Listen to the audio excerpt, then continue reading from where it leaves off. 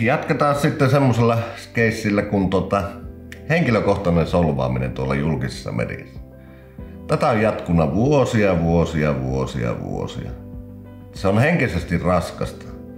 Ja yrittäjiä todellakin solvataan ja saa antaa oikeita kritiikkiä ja tämmöistä, mutta pidän siinä rajan, että jos mennään perheen, tai sanon näin, että perheeseen kohdistuvaan asiaan. Mä oon kuitenkin normaali ihminen.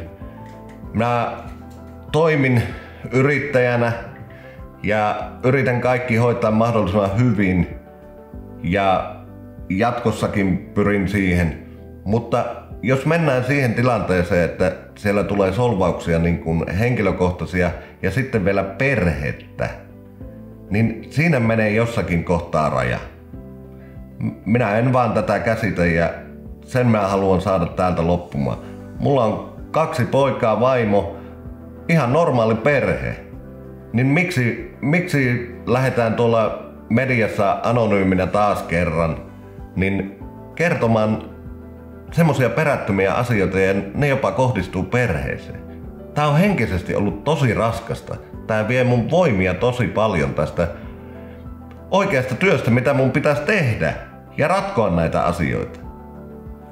Tätä minä en ymmärrä ja tähän minä haluaisin rauhan, että minä saisin yrittää normaalisti, tehdä autokauppaa reilulla, hyvällä mielellä, mutta jotkut haluaa tehdä kiusaa ja pahaa ja pahan mielen.